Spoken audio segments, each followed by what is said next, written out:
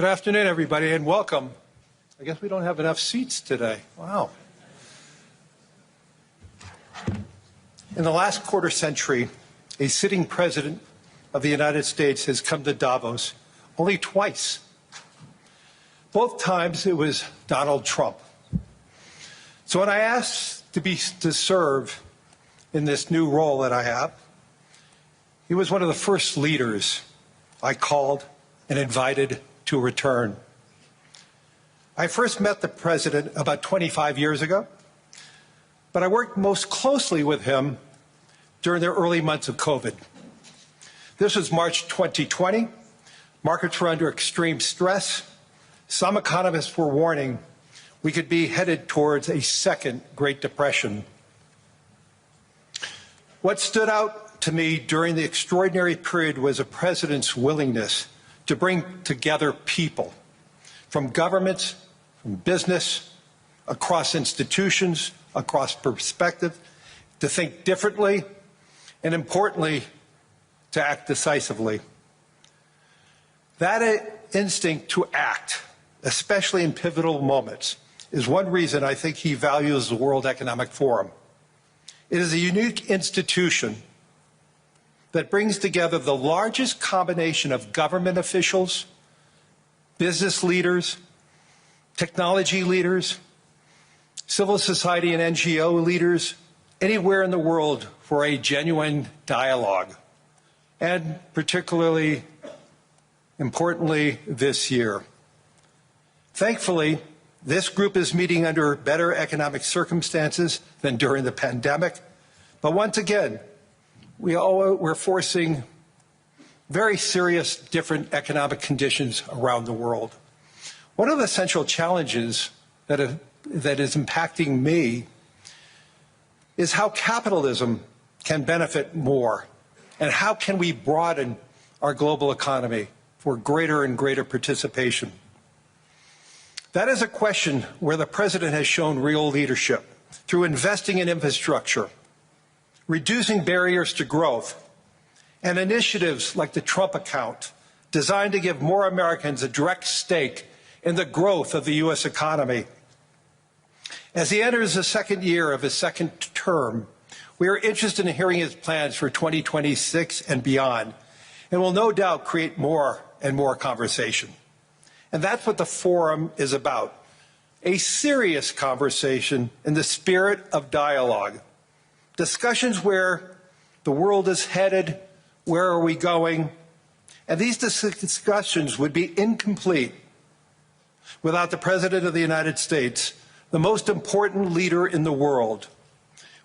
We appreciate him here, so let me introduce and welcome back to Davos the President of the United States, Donald J. Trump.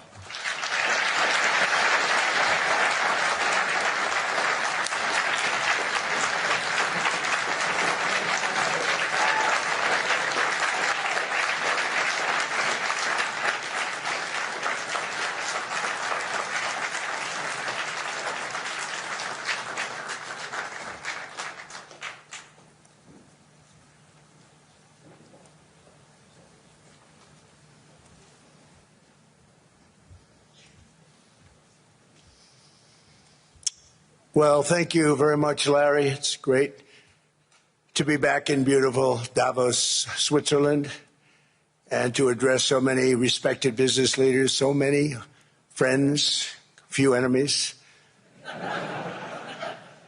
and all of the distinguished guests. It's a who's who, I will say that. I've come to this year's World Economic Forum with truly phenomenal news from America. Yesterday marked the one-year anniversary of my inauguration, and today, after 12 months back in the White House, our economy is booming, growth is exploding, productivity is surging, investment is soaring, incomes are rising,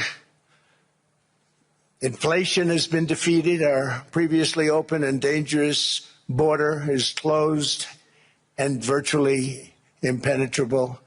And the United States is in the midst of the fastest and most dramatic economic turnaround in our country's history. Under the Biden administration, America was plagued by the nightmare of stagflation, meaning low growth, and high inflation, a recipe for misery, failure, and decline. But now, after just 1 year of my policies, we are witnessing the exact opposite: virtually no inflation and extraordinarily high economic growth. Growth like I believe you'll see very shortly our country has never seen before, perhaps no country has ever seen before. Over the past 3 months, core inflation has been just 1.6%. Meanwhile, fourth quarter growth is projected to be 5.4%, far greater than anybody other than myself and a few others had predicted. Since the election, the stock market has set 52 all-time high records. So that's in 1 year, 52 records, adding $9 trillion in value to retirement accounts, 401ks, and people's savings. People are doing very well. They're very happy with me. Since my inauguration, we've lifted more than 1.2 million people off of food stamps, and after 4 years in which Biden secured less than $1 trillion of new investment in our country. Think of that, $1 trillion, substantially less than that. In 4 years, we've secured commitments for a record-breaking $18 trillion, and we think when the final numbers come out, they'll be closer to $20 trillion of investment. That's never been done by any country at any time, not even close. Just over 1 year ago, under the radical left Democrats, we were a dead country. Now we are the hottest country anywhere in the world. In fact, the United States economy is on pace to grow at double the rate that was projected by the IMF just last April. And with my growth and tariff policies, it should be much higher. I really believe we can be much higher than that. And this is all great news, and it's great for all nations. The USA is the economic engine on the planet, and when America booms, the entire world booms. It's been the history. When it goes bad, it goes bad. You all follow us down, and you follow us up, and we're at a point that I don't believe we've ever been. I never thought we could do it this quickly. My biggest surprise is I thought it would take more than a year, maybe like a year and 1 month. But it's happened very quickly. This afternoon, I want to discuss how we have achieved this economic miracle, how we intend to raise living standards for our citizens to levels never seen before, and perhaps how you too and the places where you come from can do much better by following what we're doing, because certain places in Europe are not even recognizable, frankly, anymore. They're not recognizable. And we can argue about it, but there's no argument. Friends come back from different places. I don't want to insult anybody and say I don't recognize it. And that's not in a positive way. That's in a very negative way. And I love Europe, and I want to see Europe go good. But it's not heading in the right direction. In recent decades, it became conventional wisdom in Washington and European capitals that the only way to grow a modern Western economy was through ever-increasing government spending, unchecked mass migration, and endless foreign imports. The consensus was that so-called dirty jobs and heavy industry should be sent elsewhere, that affordable energy should be replaced by the Green New Scam, and that countries could be propped up by importing new and entirely different populations from faraway lands. This was the path that Sleepy Joe Biden administration and many other Western governments very foolishly followed, turning their backs on everything that makes nations rich and powerful and strong. And there's so much potential in so many nations. The result was record budget and trade deficits and a growing sovereign deficit driven by the largest wave of mass migration in human history. We've never seen anything like it.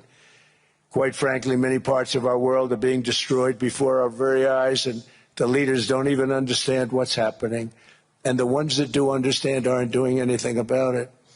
Virtually all of the so-called experts predicted my plans to end this failed model would trigger a global recession and runaway inflation. but we have proven them wrong. It's actually just the opposite. In 1 year, our agenda has produced a transformation like America has not seen in over 100 years. Instead of closing down energy plants, we're opening them up. Instead of building ineffective, money-losing windmills, we're taking them down and not approving any. Instead of empowering bureaucrats, we're firing them, and they're going out and getting jobs in the private sector for 2 and 3 times what they were making in government. So they started off hating me when we fired them, and now they love me. Instead of raising taxes on domestic producers, we're lowering them and raising tariffs on foreign nations to pay for the damage that they've caused. In 12 months, we have removed over 270,000 bureaucrats from the federal payrolls, the largest single-year reduction in government employment since the end of World War II. Nobody thought that was coming, but we had no choice. To make a country great, you can't have all federal jobs. We've cut federal spending by $100 billion and slashed the federal budget deficit by 27% in the single year. It's going to go down quite a bit more from that, driving inflation way down from the record highs of the Biden administration. Every month, they went up and up and up. I promised to cut 10 old regulations for every single new regulation, but instead I've cut, actually, till this point, 129 regulations for every 1 new regulation approved. So every time they come in with a new regulation, we do at least 10, but so far it's averaging out to 129, if you can believe it. In July, we passed the largest tax cuts in American history, including no tax on tips, no tax on overtime, no tax on Social Security for our great seniors. We also provided 100% expensing. That's the one they like. And bonus depreciation for all new equipment and capital investments to help companies expand and shift production to America. They are so in love with that. They build a plant, they're able to deduct it immediately, the whole thing, rather than waiting 38 to 41 years in the old days. This is a miracle taking place. Nobody thought it would ever be done by any country, but it's done by us. It was what made my first term the most successful 4-year term that we've ever had from a financial standpoint. And now we've upped it. This is a 10-year program, not a 1-year program. But you're allowed to deduct everything in 1 year. It used to be 38 to 41 years. With tariffs, we've radically reduced our ballooning trade deficit, which was the largest in world history. We were losing more than $1 trillion every single year, and it was just wasted. It was going to waste. But in 1 year, I slashed our monthly trade deficit by a staggering 77%, and all of this with no inflation. Something everyone said could not be done. There were a couple of brilliant people that actually thought I was doing the right thing. I thought I was doing the right thing. Now they all think I'm doing the right thing because they can't believe the numbers. American exports are now up by more than $150 billion. Domestic steel production is up by 300,000 tons a month, and it's doubling over the next 4 months. It's doubling and tripling, and we have steel plants being built all over the country. Nobody thought they'd see that. Factory construction is up by 41%, and that number is really going to skyrocket right now because that's during a process that they're putting in to get their approvals, and we've given very, very quick, fast approvals. In the process, we've made historic trade deals with partners covering 40% of all U.S. trade. Some of the greatest companies and countries in the world. We have countries as our partner, too. The European nations, Japan, South Korea. They're our partners. They've gone into massive deals with us, especially on oil and gas. And these agreements raise growth and cause stock markets to boom, not only in the U.S., but virtually every country that came to make a deal, because, as you've learned, when the United States goes up, you follow. It's really become a staple In America, I've stopped the nation-wrecking energy policies that drive up prices while sending jobs and factories to the world's worst polluters. They are indeed polluters. Under Sleepy Joe Biden, new domestic oil and gas leases fell by 95%. Think of that. And they wonder, why was gasoline going up so fast? The gasoline actually topped $5 a gallon, and some places $7 a gallon, and more than 100 major power plants were violently shut down by incompetent people that had no idea what the hell they were doing. Under my leadership, U.S. natural gas production is at an all-time high by far. U.S. oil production is up by 730,000 barrels a day, and last week we picked up 50 million barrels from Venezuela alone. Venezuela has been an amazing place for so many years, but then they went bad with their policies. 20 years ago, it was a great country, and now it's got problems, but we're helping them. And those 50 million barrels, we're going to be splitting up with them, and they'll be making more money. They've made it a long time. Venezuela is going to do fantastically well. We appreciate all of the cooperation we've been giving. We've been giving great cooperation. Once the attack ended, and they said, let's make a deal. More people should do that. But Venezuela is going to make more money in the next 6 months than they've made in the last 20 years. Every major oil company is coming in with us. It's amazing. It's a beautiful thing to see. The leadership of the country has been very good. They've been very, very smart. The price of gasoline is now below $2.50 a gallon in many states, $2.30 a gallon in most states. Then we'll soon be averaging less than $2 a gallon. In many places, it's already down even lower, $1.95 a gallon. Numerous states are at $1.99, numbers that nobody has heard for years. Actually, since my last administration, we got it down to around those numbers. I've signed an order directing and approval of many new nuclear reactors. We're going heavy into nuclear. I was not a big fan because I didn't like the risk, the danger. But they have the progress they've made with nuclear is unbelievable, and the safety progress they've made is incredible. We're very much into the world of nuclear energy, and we can have it now at good prices and very, very safe. And we're leading the world in AI by a lot.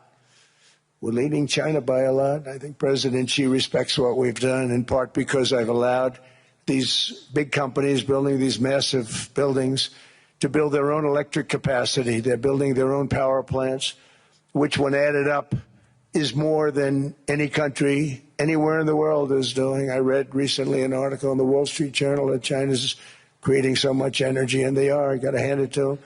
But we're creating as much or more, and we're letting them do that. I'm very proud of it. It was my idea. I said, you can't create this much energy. We needed more than double the energy currently in the country just to take care of the AI plants.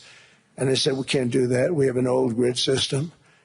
And I came up with the idea, you people are brilliant. You have a lot of money.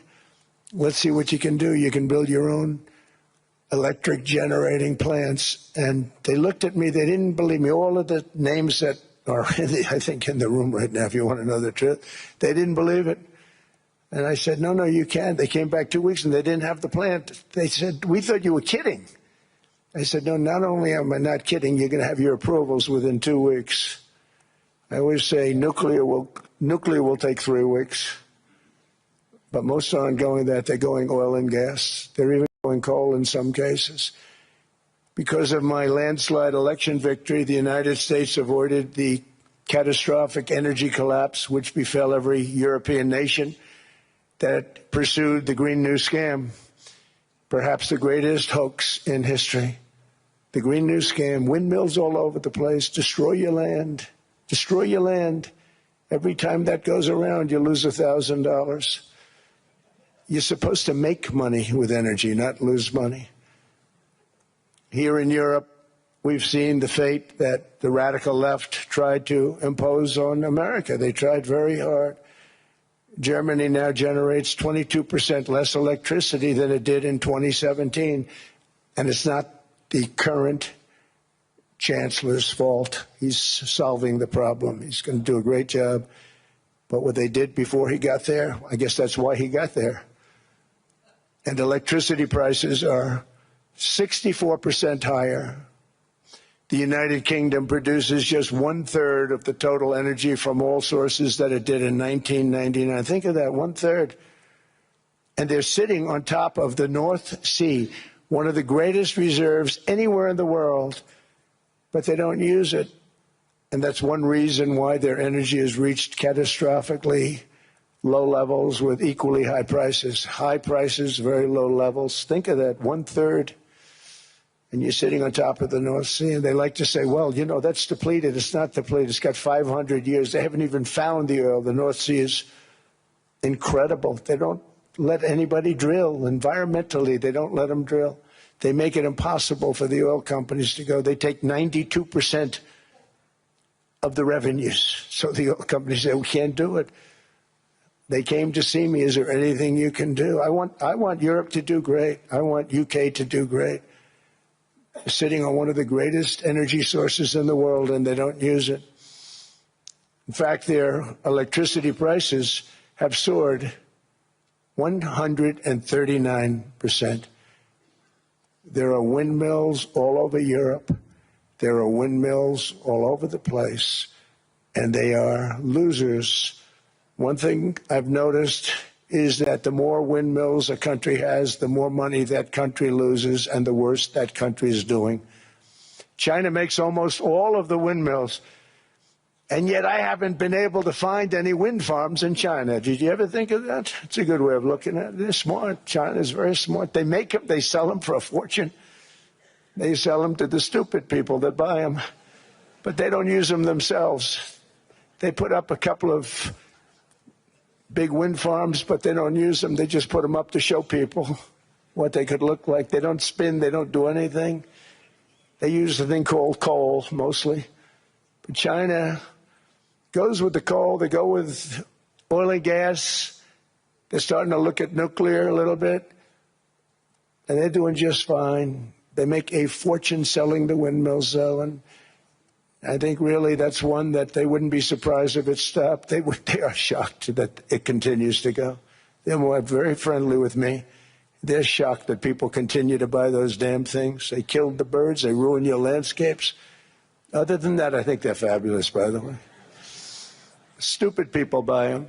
The consequences of such destructive policies have been stark, including lower economic growth, lower standards of living, lower birth rates, more socially disruptive migration, more vulnerability to hostile foreign adversaries, and much, much smaller militaries. The United States cares greatly about the people of Europe. We really do. I mean, look, I am derived from Europe. Scotland and Germany, 100% Scotland, my mother, 100% German, my father. And we believe deeply in the bonds we share with Europe as a civilization. I want to see it do great. That's why issues like energy, trade, immigration, and economic growth must be central concerns to anyone who wants to see a strong and united West, because Europe and those countries have to do their thing. They have to get out of the culture that they've created over the last 10 years. It's horrible what they're doing to themselves. They're destroying themselves. These beautiful, beautiful places. We want strong allies, not seriously weakened ones. We want Europe to be strong. Ultimately, these are matters of national security, and perhaps no current issue makes the situation more clear than what's currently going on with Greenland. Would you like me to say a few words of Greenland? I was going to leave it out of the speech, but I think I would have been reviewed very negatively. I have tremendous respect for both the people of Greenland and the people of Denmark. Tremendous respect. But every NATO ally has an obligation to be able to defend their own territory. And the fact is, no nation or group of nations is in any position to be able to secure Greenland other than the United States. We're a great power, much greater than people even understand. I think they found that out 2 weeks ago in Venezuela. We saw this in World War II, when Denmark fell to Germany after just 6 hours of fighting and was totally unable to defend either itself or Greenland. So the United States was then compelled, we did it, we felt an obligation to do it, to send our own forces to hold the Greenland territory. And hold it we did, at great cost and expense. They didn't have a chance of getting on it, and they tried. Denmark knows that. We literally set up bases on Greenland for Denmark.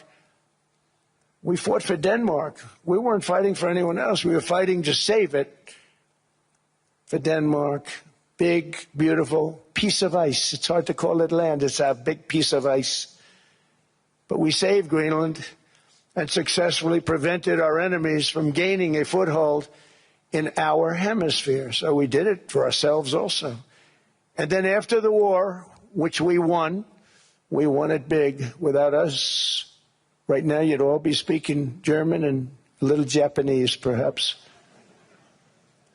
After the war, we gave Greenland back to Denmark. How stupid were we to do that? But we did it. But we gave it back. But how ungrateful are they now? So now our country and the world face much greater risks than it did ever before because of missiles, because of nuclear, because of weapons of warfare that I can't even talk about. 2 weeks ago, they saw weapons that nobody ever heard of. They weren't able to fire one shot at us. They said, what happened? Everything was discombobulated. They said, we've got them in our sights. Press the trigger, and nothing happened. No anti-aircraft missiles went up. There was one that went up about 30 feet and crashed down right next to the people that sent it. They said, what the hell is going on? Those defensive systems were made by Russia and by China. So they're going to go back to the drawing boards, I guess. Greenland is a vast, almost entirely uninhabited and undeveloped territory. It's sitting undefended in a key strategic location between the United States, Russia, and China. That's exactly where it is, right smack in the middle. Wasn't important nearly when we gave it back. You know, when we gave it back, it wasn't the same as it is now. It's not important for any other reason, you know, everyone talks about the minerals. There's so many places. There's no rare earth, no such thing as rare earth. There's rare processing, but there's so much rare earth. And to get to this rare earth, you got to go through hundreds of feet of ice. That's not the reason we need it. We need it for strategic national security and international security. This enormous unsecured island is actually part of North America, on the northern frontier of the Western Hemisphere. That's our territory. It is therefore a core national security interest of the United States of America. And in fact, it's been our policy for hundreds of years to prevent outside threats from entering our hemisphere, and we've done it very successfully. We've never been stronger than we are now. That's why American presidents have sought to purchase Greenland for nearly 2 centuries. You know, for 2 centuries they've been trying to do it. They should have kept it after World War II, but they had a different president. That's all right. People think differently. Much more necessary now than it was at that time, however. In 2019, Denmark said that they would spend over $200 million to strengthen Greenland's defenses. But as you know, they spent less than 1% of that amount. 1%. There's no sign of Denmark there. And I say that with great respect for Denmark, whose people I love, whose leaders are very good. It's the United States alone that can protect this giant mass of land, this giant piece of ice, develop it and improve it and make it so that it's good for Europe and safe for Europe and good for us. And that's the reason I'm seeking immediate negotiations to once again discuss the acquisition of Greenland by the United States, just as we have acquired many other territories throughout our history, as many of the European nations have. They've acquired, there's nothing wrong with it. Many of them, some went in reverse, actually, if you look. Some had great vast wealth, great vast lands all over the world. They went in reverse. They're stuck back where they started. That happens too. But some grow. But this would not be a threat to NATO. This would greatly enhance the security of the entire alliance, the NATO alliance. The United States is treated very unfairly by NATO. I want to tell you that. And when you think about it, nobody can dispute it. We give so much and we get so little in return. And I've been a critic of NATO for many years. And yet I've done more to help NATO than any other president by far, than any other person. You wouldn't have NATO if I didn't get involved in my first term.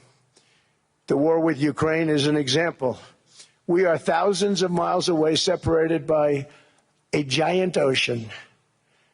It's a war that should have never started, and it wouldn't have started if the 2020 U.S. presidential election weren't rigged. It was a rigged election. Everybody now knows that. They found out.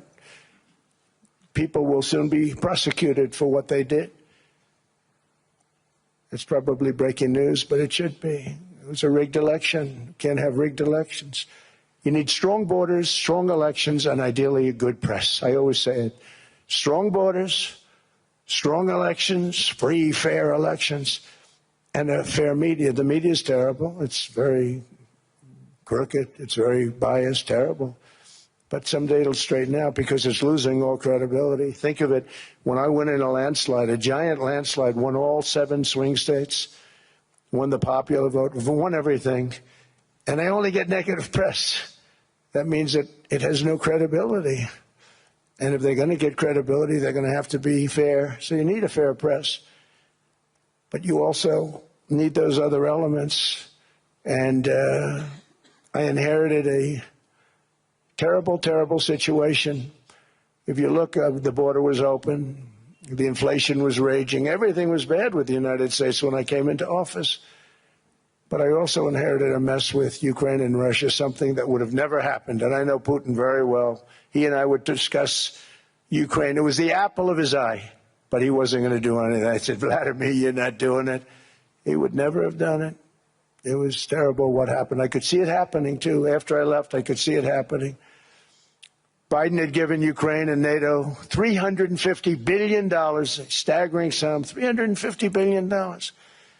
I came in, and just like the southern border, just like inflation, just like our economy, I said, wow, this place is in trouble, meaning our country. All of these things were out of control.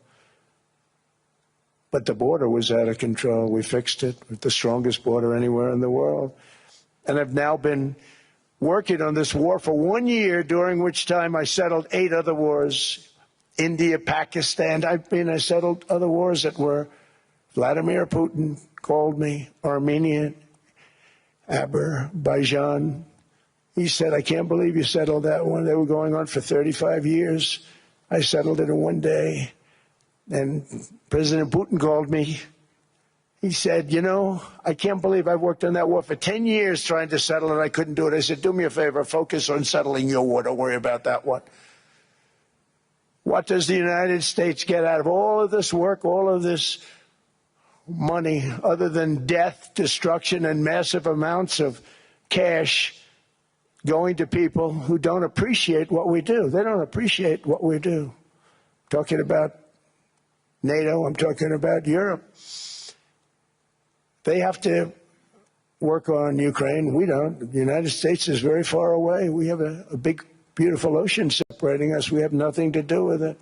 Until I came along, NATO was only supposed to pay 2% of GDP. But they weren't paying. Most of the countries weren't paying anything. The United States was paying for virtually 100% of NATO. And I got that stopped. I said, that's not fair.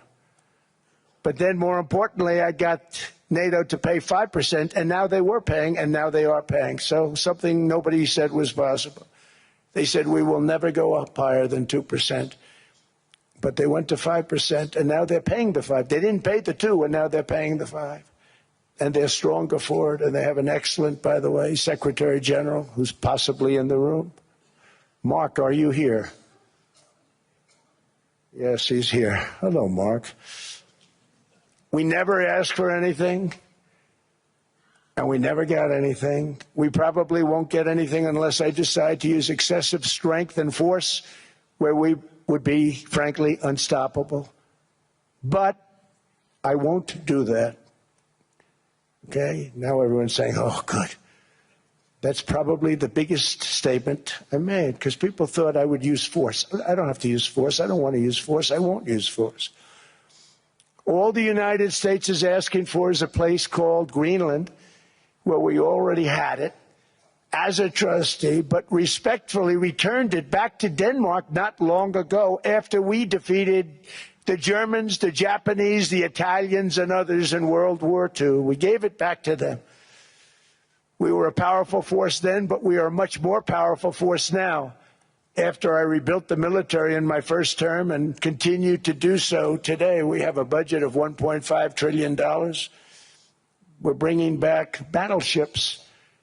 The battleship is 100 times more powerful than the great battleships you saw in World War II, those great, big, gorgeous ships, the Missouri, the Iowa, the Alabama. Because I thought maybe we could take them out of mothballs. They said, no, sir, these ships are 100, think of that, 100 times more powerful than those big, magnificent pieces of art that you saw so many times ago, that you still see on television. You say, wow, what a force. 100 times, each ship 100 times more powerful than the big battleships of the past. So that was the end of the mothball story. So what we have gotten out of NATO is nothing except to protect Europe from the Soviet Union and now Russia. I mean, we've helped them for so many years. We've never gotten anything, except we pay for NATO. And we paid for many years until I came along. We paid for, in my opinion, 100% of NATO because they weren't paying their bills.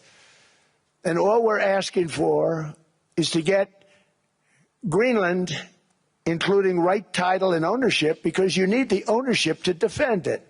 You can't defend it on a lease. Number one, legally it's not defensible that way, totally. And number two, psychologically, who the hell wants to defend a license agreement or a lease, which is a large piece of ice in the middle of the ocean where if there is a war, much of the action will take place on that piece of ice. Think of it. Those missiles would be flying right over the center of that piece of ice. All we want from Denmark for national and international security and to keep our very energetic and dangerous potential enemies at bay is this land on which we're going to build the greatest golden dome ever built. We're building a golden dome that's going to, just by its very nature, going to be defending Canada. Canada gets a lot of freebies from us, by the way. They should be grateful also, but they're not. I watched your Prime Minister yesterday. He wasn't so grateful. But they should be grateful to us. Canada lives because of the United States. Remember that, Mark, the next time you make your statements. What we did for Israel was amazing, but that's nothing compared to what we have planned for the United States, Canada, and the rest of the world. We are going to build a dome like no other. We did it for Israel. And by the way, I told Bibi, stop taking credit for the dome. That's our technology. That's our stuff. But they had a lot of courage, and they were good fighters, and they did a good job, and we wiped out the Iran nuclear threat like nobody can believe. Nobody's ever seen anything like it. That, Venezuela, taking down Soleimani, wiping out al-Baghdadi when he tried to reinstitute ISIS. We did a lot. I did a lot of big things. all perfectly executed. Everyone was perfectly executed. Somebody told me that, a military expert told me, sir, everything you've done has been perfectly executed. I said, I know. So other presidents have spent, whether foolishly or not, trillions and trillions of dollars on NATO and gotten absolutely nothing in return. We've never asked for anything. It's always a one-way street. Now they want us to help them with Ukraine. And let me say, we're going to. I'm really helping, not even them. I want to see, last week, if you saw, it was 10,000 soldiers, but last month it was 31,000 soldiers died. 31,000. That's this room times, the number of people in this room times 30. Think of it. 30,000 soldiers died in 1 month. The month before it was 27,000. The month before that it was 28,000. The month before that it was 25,000. It's a bloodbath over there. And that's what I want to stop. It doesn't help the United States, but these are souls. These are young people.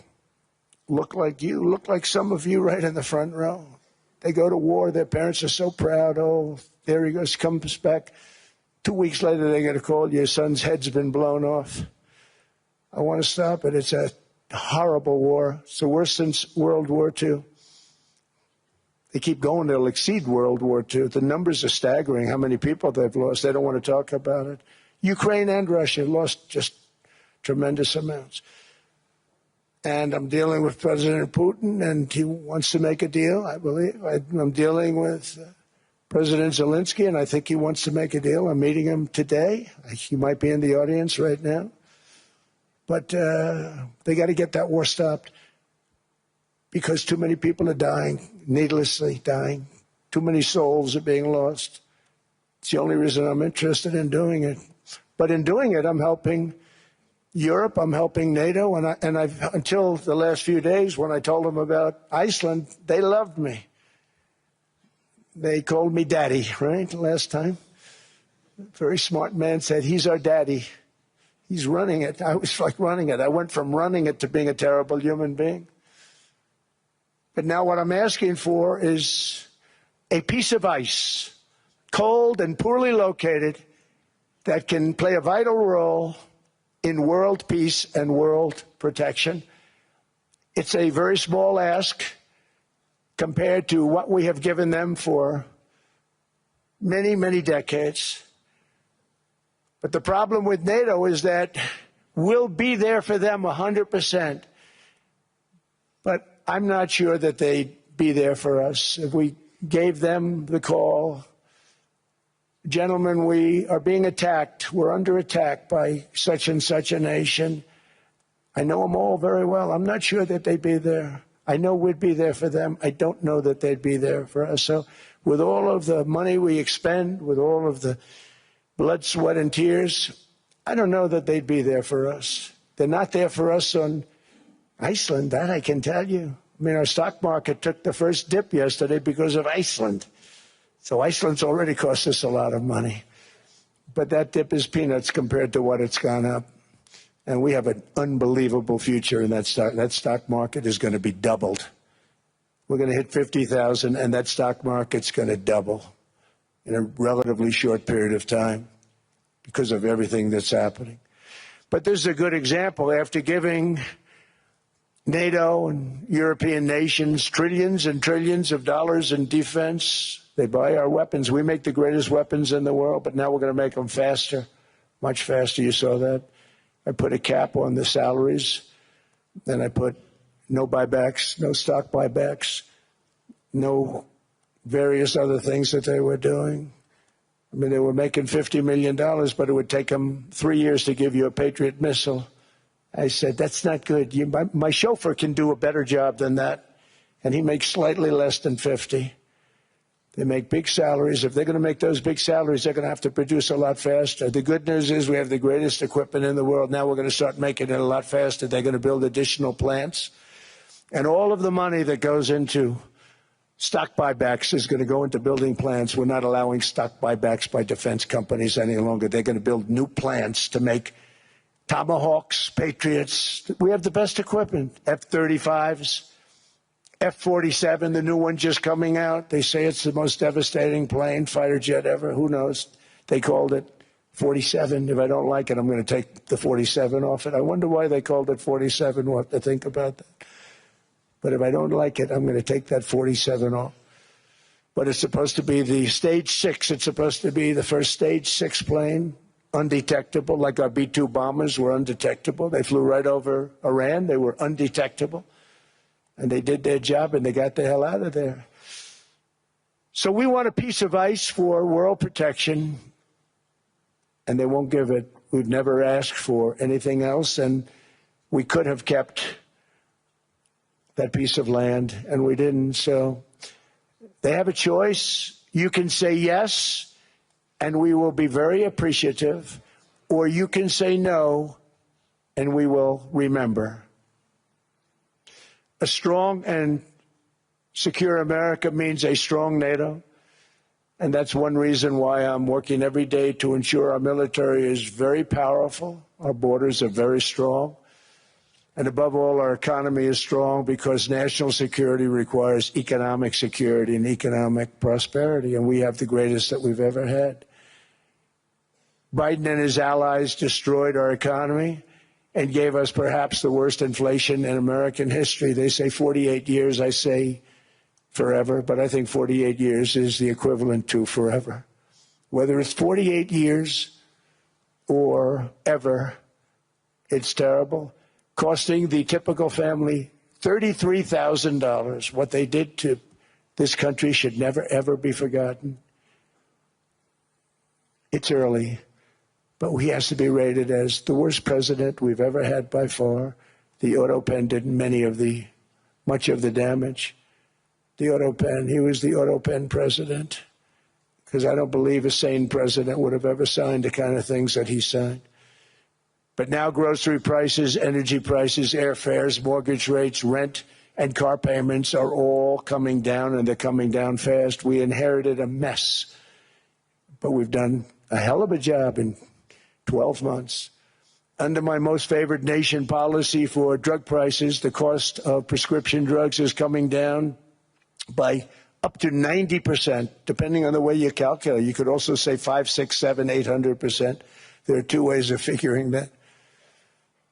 But we have a favored nations policy that every president wanted, no president was able to get. I got it, and other nations approved it. And I had to use tariffs in order to get it because they said, no way.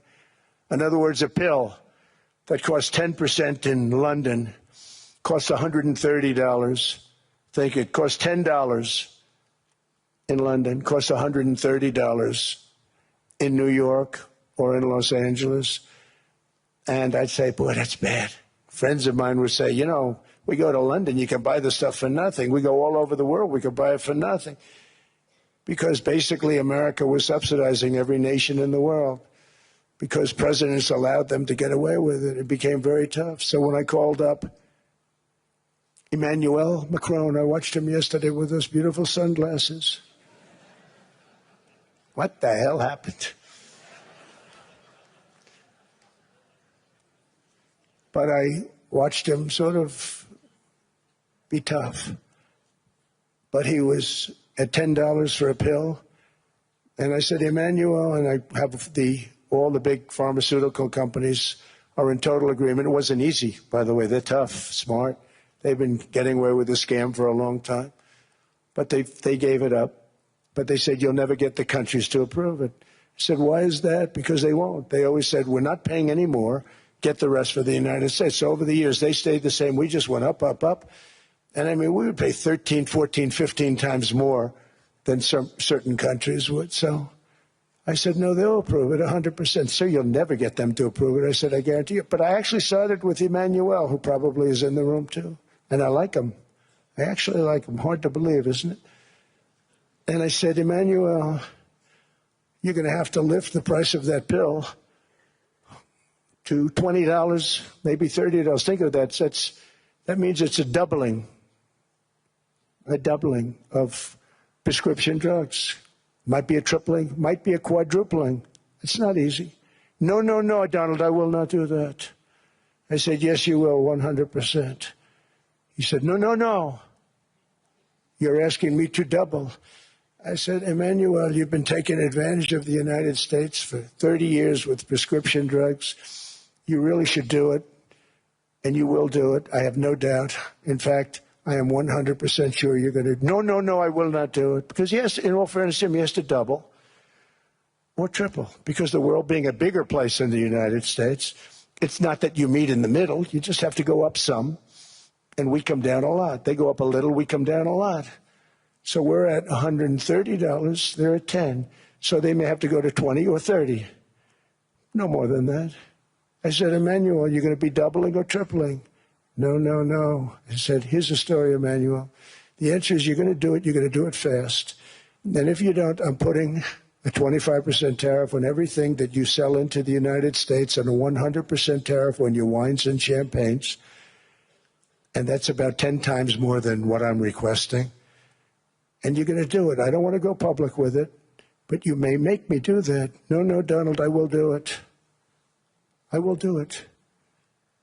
It took me, on average, 3 minutes a country, saying the same thing. You will do it. They all said, no, no, no, I will not do it. You're asking me to double the cost of prescription. I said, that's right, because you've been screwing us for 30 years. And they said, we will not do it. I said, that's all right. On Monday morning, we're putting a 25, 30, 50. I gave different numbers for different countries. This is also national security we're talking about. Not fair. We're not going to subsidize the whole world. And every one of those countries have agreed to do it. So one of the biggest things that I've done is the fact that we have now most favored nation. We will pay whatever the lowest price is in the entire world. So our drug prices are going to be coming down by staggering 90%. Again, you could say 1,000%, 2,000%.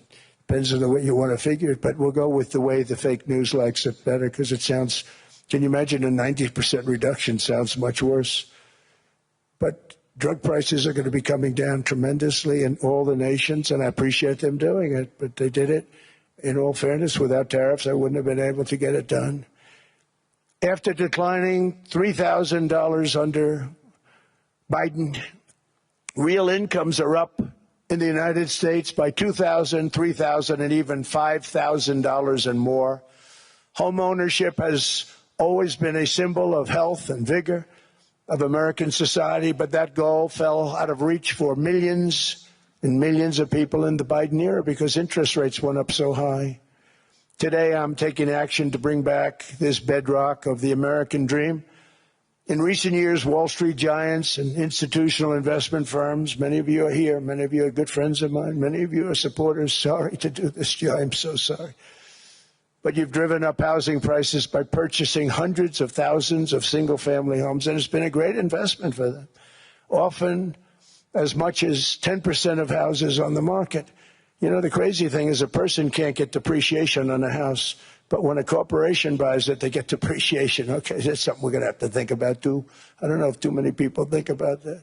You buy a corporation, they buy 500 houses. They buy hundreds of thousands. They buy 500 houses. They can take depreciation. A person sweats and works and buys one house. They can't. But homes are built for people, not for corporations, and America will not become a nation of renters. We're not going to do that. That's why I have signed an executive order banning large institutional investors from buying single-family homes. It's just not fair to the public. They're not able to buy a house. And I'm calling on Congress to pass that ban into permanent law, and I think they will. One of the biggest barriers to saving for a down payment has been surging credit card debt. The profit margin for credit card companies now exceeds 50%, one of the biggest. And they charge Americans interest rates of 28%, 30%, 31%, 32%. Whatever happened to usury? So to help our citizens recover from the Biden disaster, all caused by this horrible president, I'm asking Congress to cap credit card interest rates at 10% for 1 year. And this will help millions of Americans save for a home. They have no idea they're paying 28%. They go out there a little late in their payment and they end up losing their house. It's terrible. To unleash innovation in savings and financing, I'm also working to ensure America remains the crypto capital of the world. And to that end, last year I signed the landmark Genius Act into law. Now Congress is working very hard on crypto market structure legislation, Bitcoin, all of them, which I hope to sign very soon, unlocking new pathways for Americans to reach financial freedom. And I did it for two reasons. Number one, I thought it was politically good, and it was. I got tremendous political support. But more importantly, China wanted that market too. It's just like they want the AI. And we've got that market, I think, pretty well locked up. If I didn't do it, Biden was totally against it until before the election when they realized that, there were millions of people voting against him over crypto. And all of a sudden they loved it very much, but it was too late. They blew it. But it is politically popular, but it's much more importantly, we have to make it so that China doesn't get the hold of it. And once they have that hold, we're not going to be able to get it back. So I'm honored to have done it. Finally, I've instructed government-backed institutions to purchase up to $200 billion in mortgage bonds to bring down interest rates. And I'll be announcing a new Fed chairman in the not-too-distant future. I think he'll do a very good job. See, I gave away some of it. He did give that away. So we have something, got something, but somebody that's very respected. They're all respected. They're all great. Everyone that I interviewed is great. Everyone could do, I think, a fantastic job. Problem is they change once they get the job. They do. They're saying everything I want to hear, and then they get the job. They're locked in for 6 years. They get the job, and all of a sudden, let's raise rates a little bit. I call them, sir, we'd rather not talk about this. It's amazing how people change once they have the job. It's too bad. Sort of disloyalty, but they got to do what they think is right. We have a terrible chairman right now, Jerome Too Late Powell. He's always too late. And he's very late with interest rates, except before the election. He was just fine for the other side. So we're going to have somebody that's great, and we hope he does the right job. Last week, the average 30-year mortgage rate dropped below 6% for the first time in many years. Another major factor in driving up housing costs was the mass invasion of our borders. And I have to say one thing about housing, because nobody ever says this. I am very protective of people that already own a house, of which we have millions and millions and millions. And because we have had such a good run, the house values have gone up tremendously. And these people have become wealthy. They weren't wealthy. They become wealthy because of their house. And every time you make it more and more and more affordable for somebody to buy a house cheaply, you're actually hurting the value of those houses, obviously, because the one thing works in tandem with the other. And I don't want to do anything that's going to hurt the value of people that own a house who, for the first time in their lives, are walking around the streets of whatever city they're in, very proud that their house is worth $500,000, $600,000, $700,000. Now, if I want to really crush the housing market, I could do that so fast and people could buy houses, but you would destroy a lot of people that already have houses. In some cases, they've mortgaged their house, and the mortgage would be very low, and all of a sudden the mortgage without any changes becomes very high, and they end up losing the house. I'm not going to hurt, and I speak with Scott, who's doing a fantastic job, and Howard, who's doing a fantastic job, and all of my people. And I always say, look, I can crush the hell out of the market. We can drop interest rates to a level, and that's one thing we do want to do. That's natural. That's good for everybody. The dropping of the interest rates, we should be paying a much lower interest rate than we are. We should be paying the lowest interest rate of any country in the world, because without the United States, you don't have a country. I mean, I had a case with Switzerland. We happened to be in Switzerland. Maybe I'll give you a quick story. But they were paying nothing. They make beautiful watches, great watches, Rolex, all of them. They were paying nothing to the United States when they sent their product in. And we had a $41 billion deficit. $41 billion with this beautiful place. Flew over it, isn't it nice? So I said, let's put a 30% tariff on them so that we get back some of it, not all of it at all. We still have a deficit, big deficit. We have 41 million. That's a big deficit. And I said, let's put a tariff on. Different tariffs, different places. You're all party to them. In some cases, victims to them. But in the end, it's a fair thing. And most of you realize that. But we put a 30% tariff on Switzerland, and all hell broke loose. They were calling, I mean, like you wouldn't believe. And I know so many people from Switzerland, incredible place, incredible, brilliant place. But I didn't realize that they're only good because of us. And there's so many other examples. I mean, us, probably other places, but a majority of the money they make is because of us, because we never charged them anything. So they come in, they sell their watches, no tariffs, no nothing. They walk away, they make $41 billion on just us. So I said, no, we can't do that. So I'm going to bring it up. I still would have a deficit pretty substantial, but I brought it up to 30%. And I guess Prime Minister, I don't think President, I think Prime Minister called a woman, and she was very repetitive. She said, no, no, no, you cannot do that, 30%. You cannot do that. We are a small, small country. I said, yeah, but you have a big, big deficit. You may be small, but you have a bigger deficit than big countries. He said, no, no, no, please, you cannot do it. Kept saying the same thing over and over. We are a small country. I said, but you're a big country in terms of... And she just rubbed me the wrong way, I'll be honest with you. And I said, all right, thank you, ma'am, appreciate it. Do not do this. Thank you very much, ma'am. And I made it 39%. And then all hell really broke out. And I was paid visits by everybody. Rolex came to see me. They all came to see me.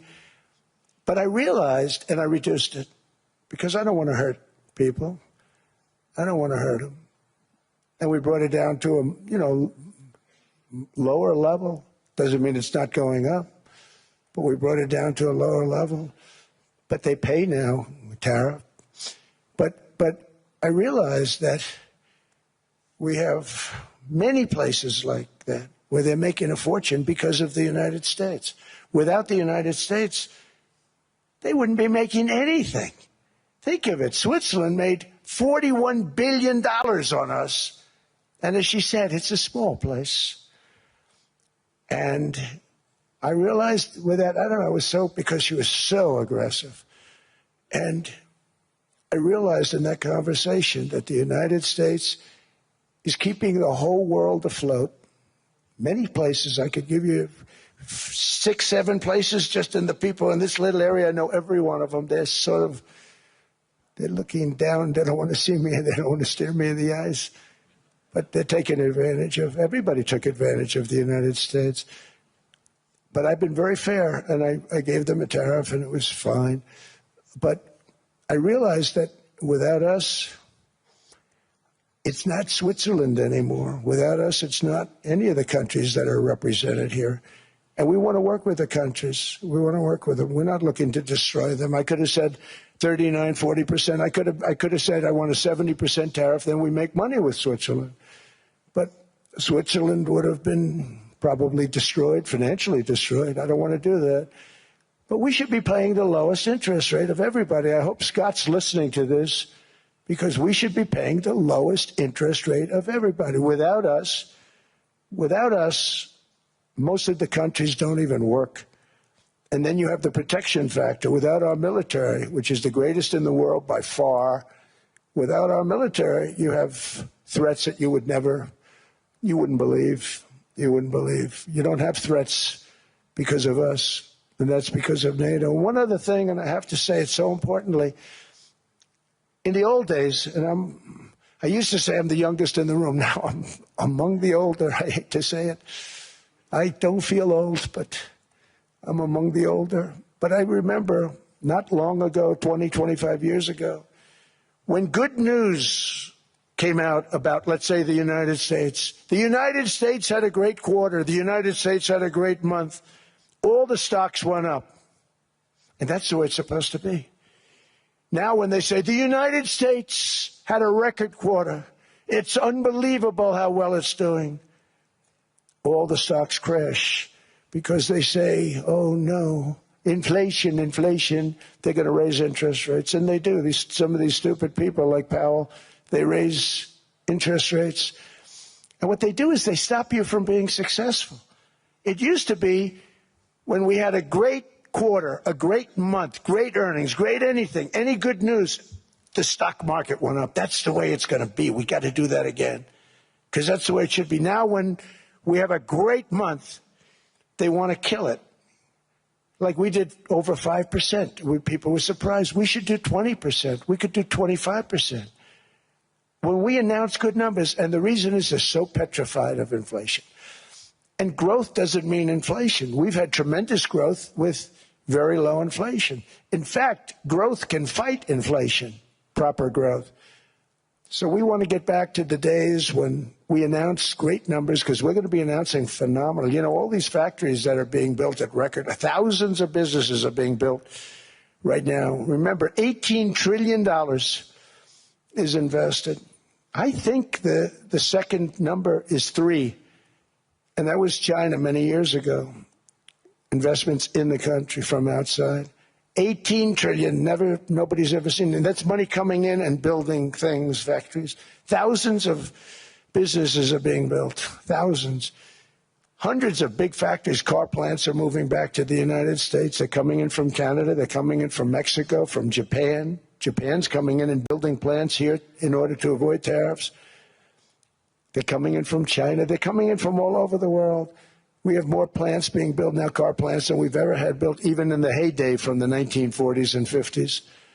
And they're bigger. They don't use renovations anymore where they take an old plant, they rip it down, they build a brand new plant, super modern plant. But it's happening at levels that nobody's ever seen. In 2024, the U.S. built less than 2 million new homes, but Biden admitted more than 8 million new migrants.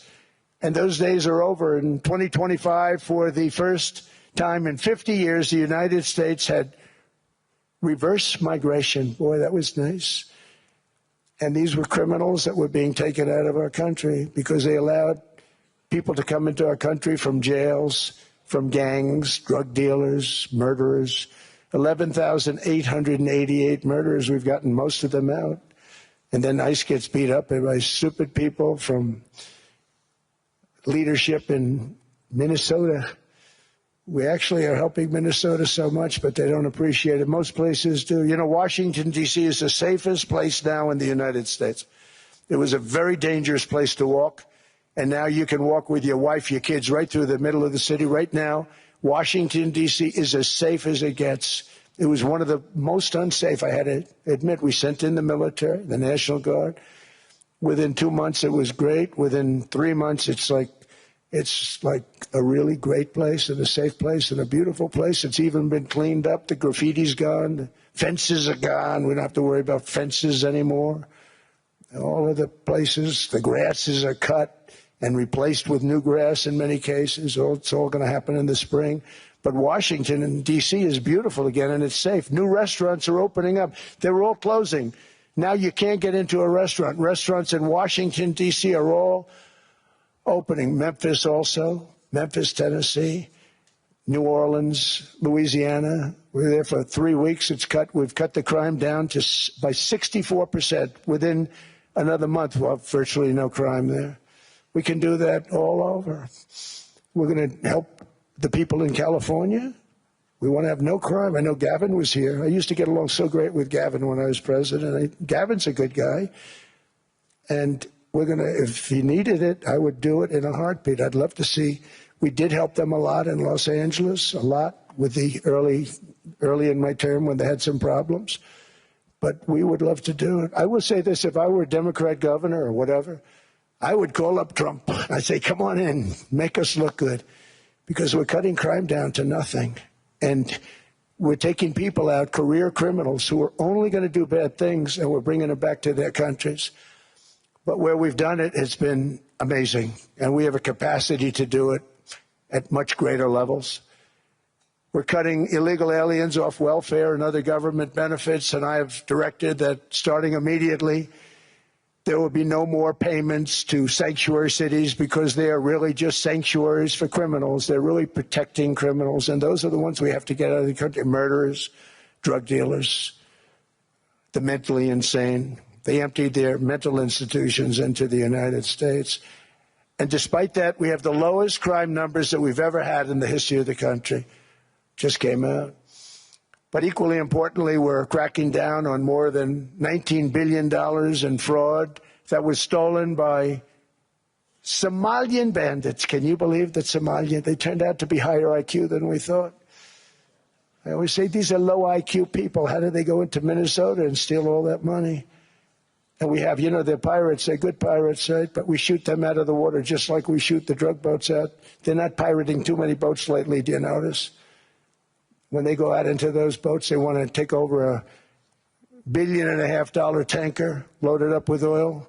And they say, we're going to blow up your boat. They have powerful weapons. You hit the side of the boat, you blow the whole thing up.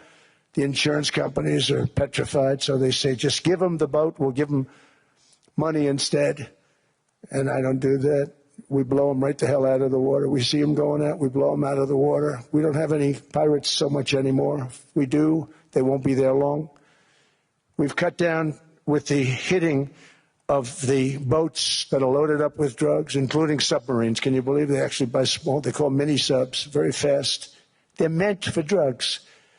We've knocked out 2 of them. The Democrats say they were fishing. You have ruined somebody's fishing weekend, I would say. A submarine is not a fishing boat. You don't fish. But we've knocked down drugs by water, the oceans, the sea, by 97.2%. Think of that. And I actually say, who the hell are the 3%? Because I would not want to be piloting one of those boats. We knocked them down, and now we're going to start on land. We're going to knock it all out. The land is the easy part. What we did on sea is incredible, and that's our great military. The situation in Minnesota reminds us that the West cannot mass import foreign cultures which have failed to ever build a successful society of their own. I mean, we're taking people from Somalia, and Somalia is a failed, it's not a nation, got no government, got no police, got no military, got no nothing. And then we have this fake congressperson who they just reported is worth $30 million. You believe this? Ilhan Omar, talking about the Constitution provides me. She comes from a country that's not a country, and she's telling us how to run America. Not going to get away with it much longer, let me tell you. The explosion of prosperity and conclusion and progress that built the West did not come from our tax codes. It ultimately came from our very special culture. This is the precious inheritance that America and Europe have in common. We share it. We share it, but we have to keep it strong. We have to become stronger, more successful, and more prosperous than ever. We have to defend that culture and rediscover the spirit that lifted the West from the depths of the Dark Ages to the pinnacle of human achievement. We live in an incredible, changing period. It's an unbelievable time, but we have to take advantage of the time that we're in. In our hands are technologies that our ancestors could scarcely have. I mean, they couldn't have even dreamt some of the things that we see today. And so rapidly they're produced. I mean, AI, 2 years ago, nobody ever heard of the term, and now everybody's talking about it. And it can have some very good purpose. It could also have some dangerous purpose, and for that we have to watch out. But some tremendous things are happening because of it. And we're leading by so much. We're doing so well. But opportunities that are bigger and grander than ever before in human history are right before us. It is the pioneers in this room. Many of you in this room are true pioneers. You're truly brilliant people. Just your ability to get a ticket is brilliant because you have about 50 people for every seat. I don't know what. That's Larry. Everything Larry touches turns to gold. He made this very successful. But you're in this room, And some of you are the greatest leaders anywhere in the world. You're the greatest brains anywhere in the world. And the future is unlimited, and to a large part because of you. And we have to protect you, and we have to cherish you. I always say we have to cherish our brilliant people because there aren't many of them. So together with confidence, boldness, and persistence, let us lift up our people, grow our economies, defend our shared destiny, and build a future for our citizens that is more ambitious, more exciting, more inspiring, and greater than the world has ever seen. We're in a position to do things that nobody else has ever even thought of before. And many of the people in this room are the ones that are doing it. And I want to congratulate you, and I'm with you all the way. You can do things that nobody else can even think about. So I congratulate you on your tremendous success. And the United States is back, bigger, stronger, better than ever before. And I'll see you around. Thank you all very much. Thank you very much.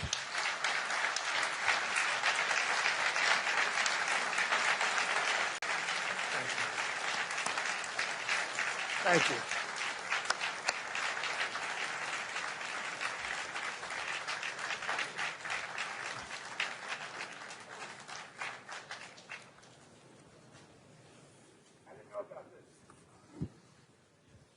This was supposed to be a nice fire chat, Mr. President. Yes, good. I got set up now. I did, though. You made the job for the moderator really easy. Thank you, Mr. President, for your speech. I do have a few follow-up questions, if it's okay. Sure. I don't think I should start with Greenland, maybe. I'll start with the economy. The U.S. economy is doing really, really well. But how to sustain this growth moving forward? Because there's always a recession looming around the corner. Well, you know, the one thing about economies and recessions is sometimes you get hit unexpectedly and there's nothing you can do about it. All brilliant people, but there's nothing. One example was COVID. We had an economy going at levels like nobody had ever seen my first 2.5, 3 years. And then I heard the word pandemic, not COVID. They came up with that name over a period of time. We won't get into that. But I heard the word pandemic.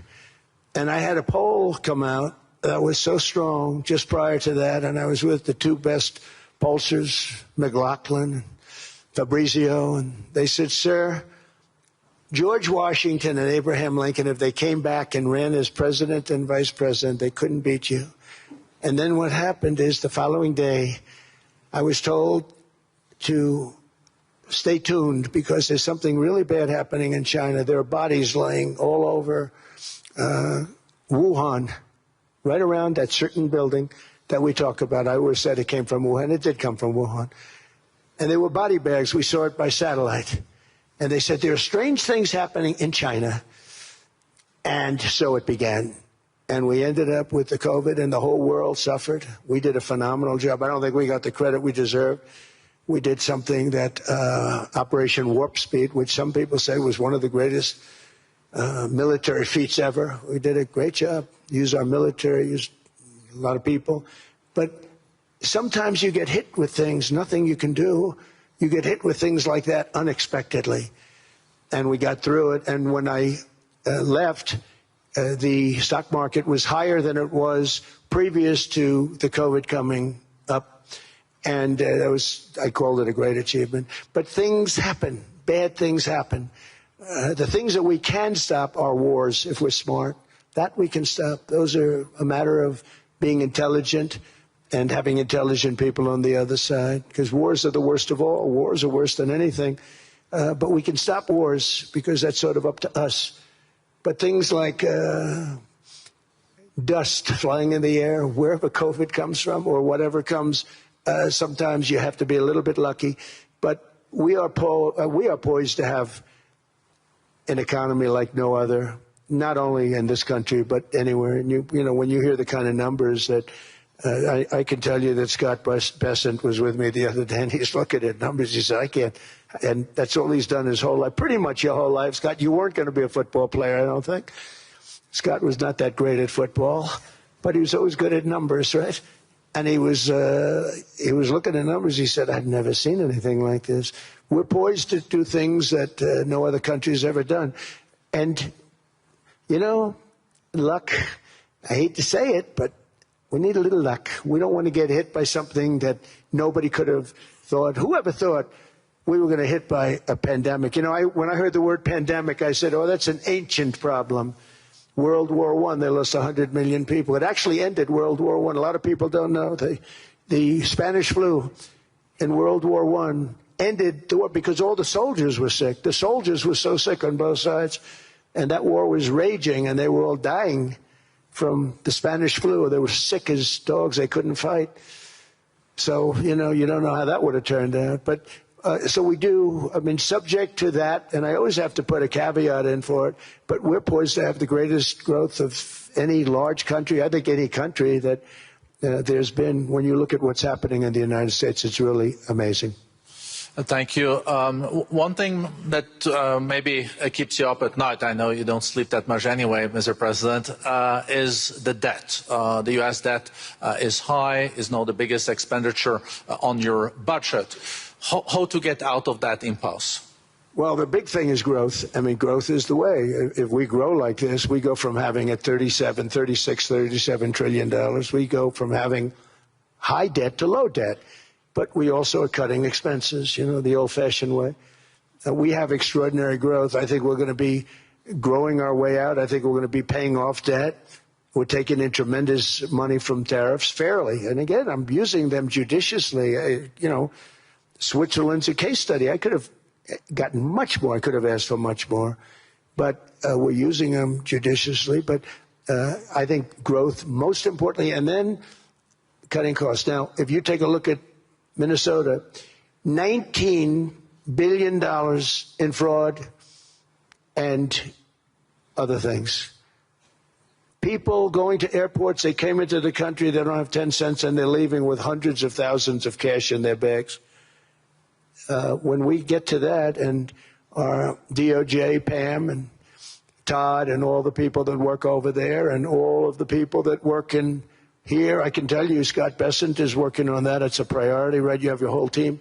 We're in there looking for where this money is coming from, how much it is. It could be more than $19 billion. Can you believe that? That's just one state. If we were able to cut out 50% of the fraud, 50%, and we should be able to do better than that, we would have a balanced budget without having to talk about even growth. So we have a lot of options, but we're working very hard on that. That's a big deal. It's not just the protests, the fake protests done by agitators and, you know, professional insurrectionists. That's what they are. They're professional troublemakers. But we are looking very strong at the money, too, in Minnesota and other places. I think, Mr. President, also the $500 billion invested in artificial intelligence and the frontier technologies last year also were driving growth exponentially in the U.S. Well, AI has been a big factor. AI is massive. I mean, Mark Zuckerberg showed me a plant where he put it over a map of Manhattan, and it was basically the size of Manhattan. This is not, I said, you got to be kidding. It's a plant that was miles long, miles wide, very high. I don't think it was high like the Empire State Building, but it was high. And it literally covered most of the island of Manhattan. That's called a big plant. And, you know, when I heard they're going to spend $50 billion building, and I said, you know, if you spend $50 million, you can build a nice little shopping center. If you spend $500 million, you can build a good shopping center. But how do you spend $50 billion? When I looked at this thing, I said, you think you'll be able to do it for that? It's amazing when, you know, some of the plants that I see, and I see them all. And again, so big is we're letting them build their own electric generation. This way we have no problem. And otherwise they'd be complaining. There'd be nobody able to, you know, we have an old grid system. And not only that, they're going to sell at a very cheap price the excess electricity that they create back into our grid. So that'll solve some problems for certain states that don't have enough electricity. We also know that on the AI there is fierce competition between the U.S. as the largest economy in the world 27% of the global GDP and 5% of the global population, not doing that badly, and China. And we know that that competition is very tough on AI. I know you're heading to a state visit to China in April. How do you see the U.S.-China relationship moving forward? Are you able to combine this tough competition with also collaboration? So I've always had a very good relationship with President Xi and with President Putin. Talk about, the larger powers. But I've always had a very good relationship with President Xi of China. He's an incredible man. What he's done is amazing. He's highly respected by everybody. And I do now. I mean, now I have good. It was very severely interrupted by COVID. I used to call it the China virus, but he said, do you think you could use a different name?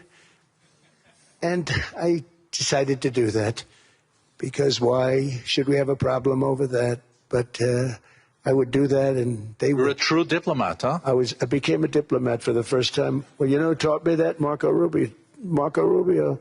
He said, let me teach you about diplomacy. Hey, any guy that gets approved by 100% of the votes, think of it, he got liberal Democrats and radical right Republicans to approve him. He's the only one. The next one was lost 45 votes, right? But he got all 100 votes voting for him. And at first I wasn't happy about it. I said, wait a minute, I don't like that. And now it turns out that the Democrats probably wish they didn't do that. And Marco has been fantastic. Marco, stand up, please. You have done a great job as Secretary of State. He's going to go down as the best Secretary of State. And Scott, and we have Susie, who's the first female Chief of Staff, and she's the best Chief of Staff, too. And I see Howard Lutnick, who I know spoke. And Howard's fantastic. Some of the deals we're doing are great. And I want to pay particular attention because we have Chris. And Chris, you got up and spoke, I think. He's the #1 oil man in the world because I was going to put Doug Burgum, who's fantastic. I don't know if Doug's here. Is Doug here? Doug Burgum is fantastic. He said, sir, there's one man better than me. And he introduced me to Chris. And he turns out to be. So we're drilling more oil and gas now than we ever have by almost double. Is that right, Chris? And on top of it, we get a lot coming out of Venezuela. So anyway, so we're doing great. The country is just doing great. We have great people. Thank you. And I see other people. We have Steve Witkoff. We have Jared. I got so many people. I'm in trouble because when I go back, they're going to be people with long faces. Sir, you didn't introduce me. I got so many people. And we have a lot of the greatest people anywhere in the world. I know them all. So I won't continue because we'd be here all day. Thank you, Mr. President. We also know that you're a deal maker, and then maybe coming back to Greenland and Ukraine. What kind of deal in the end do you see between the U.S. And Denmark? Because, I guess you see it now as a negotiation going on, or? Well, it's costing Denmark hundreds of millions a year to run it. And Denmark's a small country and wonderful people. But, it's very expensive. It's a very big piece of ice. And it's very important. I mean, I don't want to repeat the speech, but it's very important that we use that for national and international security. That can create a power that will make it impossible for the bad guys to do anything against the perceived good ones. And it's a great block for Europe, just like, Denmark was supposed to spend hundreds of millions of dollars. They didn't spend the money. They didn't spend anything, almost. And we'll see what happens. I just say this. NATO has treated the United States of America very unfairly. We never asked for anything. We never got anything. We actually took care of the needs of NATO for years and years, which I felt was always unfair. So I got NATO to pay because they're rich countries. But I think it's time that NATO step up. We're helping them with Ukraine. Without us, I think Putin would have gone all the way. I think we have it. I think that could have been a World War III, if you want to know the truth.